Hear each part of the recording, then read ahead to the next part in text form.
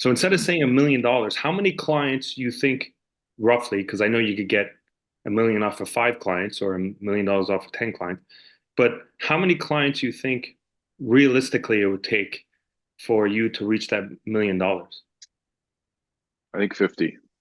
50? 50? Yeah. Okay, so now that's great. So now let's say those 50 people, right? If you instead of saying I want to attract the I am so happy and grateful now that I've created the $1 million, why don't you say I'm so let's get another affirmation there about talking about how 50 people you could attract 50 clients into your world in order to create that $1 million the $1 million man that you want to be, the $1 million agent. I like that ring. So that's because the hardest part that we have, this is a belief that everybody has, is the dollar amount, right? It sometimes is very hard to get there, but attracting 50 clients, it's easier because you interact with people on a daily basis. So when you say 50 clients, you may walk by somebody at the grocery store who's looking for to purchase a home, but the universe could attract you guys easy in a way that be like, oh, I'm looking for an agent. And that's happened at a coffee shop or at a restaurant. And then you've gotten the deal, which unfolded to you being uh, their agent, their real estate agent. Is that making more sense to you? Do you like the way we're going with this one? Yeah. Yeah. Yeah. So I think that it's more manageable in your head, right? Like the yeah. 50 people is a lot easier than thinking about $1 million, but I'm open to your expertise. So like not that the fact that the $1 million is a bad idea. I'm just let's shift it because maybe you'll attract 5 new clients for you in the month of from now until March, which will bring you the success that you want to see come March. So those 5 new clients you'll attract, but then that would spin into the direction that we need to go. It's easier to attract people in your life than it is to track a dollar sign. And I'll tell you why. Just because we interact with people on a daily basis. People, money and people are just energy. Money, people, everything's energy.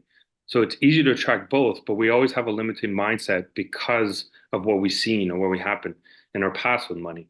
But with people or clients, it's easier to attract clients than it is to with the let's call it the money, call it the money mindset. But it's easier to attract clients into your world than it is. It is because you may get let's when I start posting this on social media, you may attract 3 or 4 different clients from this one when I tag you and I put you, which is possible, and which I've seen happen. But mind you, this is not an advertisement for James here, but I'm just saying that this is we're just talking about it and how easier it is to attract clients in your life than it is a dollar sign. Are you okay with this direction, dude?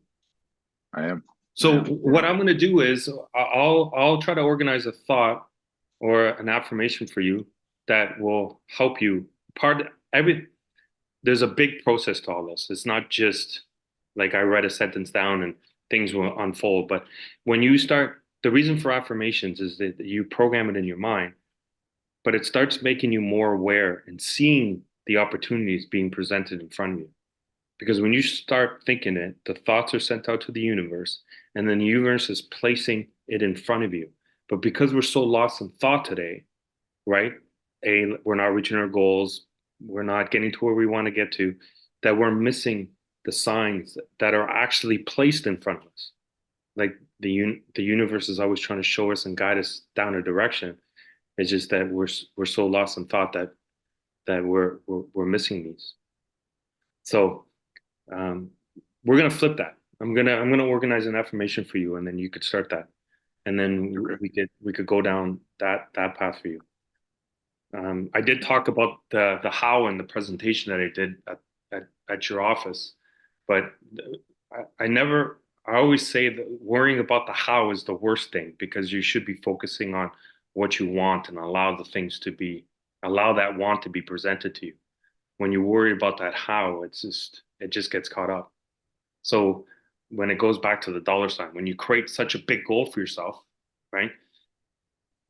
Then you start getting worried when things don't happen correctly, which way we think things should happen. So we're going to move to the clients. So 50 clients, and then you could attract those 50 clients in the next 12 months. Mind you, Yeah, February is a slow month for everybody. Not does it it is. matter because when you work on yourself, right, it doesn't matter what's going on around you. Everything should be tracting and flowing towards you. But I feel that I'm just talking to you. I just feel that March would be a much better month for you, which is good. Yeah, I think so too. I mean, it's like you said, February is a slower month, but it's funny um how slow it is right now. It's Yeah. I have shown some properties, and hopefully that'll turn. But like you said, just GPS. Don't worry Yeah, about the journey. exactly. You know. You're on that path. I don't like talking about the how, but you know how it is going to be presented to you. You're in real estate, the one of the biggest uh, call it places to be in the world as a profession. It's endless of how much money you could be created, and we know that there's a lot of real estate agents making two, three, four, $5 million a year, and it's possible for you to get there. It's just we have to build that step for you, and I'm gonna help you out with that one. But since the seminar, how has your mindset changed? Like how has things changed for you in the way you start looking at things and I think I'm more open minded, and seeing things a little differently. I was sort of I come from like sort of like a not jaded background, but sort of like you get in your own way a lot, and my mindset changed. I'm not as hard on myself as I once was. I used to be really like I used to speak really poorly to myself, and then I was reading like Bruce Lee of all things, and I was a huge Bruce Lee fan when I was a yeah, kid, and he said just don't speak poorly to yourself even if it's a joke, and just give yourself constant praise, because there's enough people that'll probably be able to bring you down, but the way that what it builds is self-confidence, and you can say something to yourself. And then I started focusing back on my exercise and my diet and my mindset, and I told you I was reading a book that's really old by Napoleon Hill, and I you said that's the only book you really need to read. So yeah. As a person, the one thing that I find with uh, is that a lot of people start personal development and they're always consistently looking for more to develop. But at one point, realistically, if you read 10 different books in personal development, they're all the same. They're just worded differently. So the Napoleon Hill Think and Grow Rich, the book that everybody should be reading multiple times over and over again is Think and Grow Rich. Bob Proctor is the one who introduced me to that book. And I have that book on my nightstand, and I also have it on my audio. So when I'm in the car, it's always playing. But if I said get rid of every single personal development book, and the one book you'll be focusing on is that book there. That really opens up your mind to how things should be and what you should be doing. yeah, So yeah, good for you for reading that book. That's going to help you I in wish I found it when I great was ways. 16.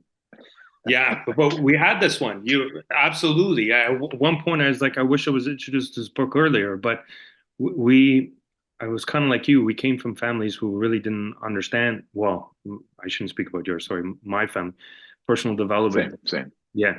So we were never really taught this. We never really understood it. I was always bred with understanding that you have to go and work hard and you have to grind and hustle and you have to be in this whole state of mind in order to be successful. But you and I both know that when you get in that state of mind, it just causes a lot of stress and anxiety. And then I had to Yeah, change that. And I started exactly with you. When I decided to make the change, the first book I read was Think and Grow Rich. And then it just made me spin into this whole rabbit hole of personal development and understanding how things operate, move in that direction.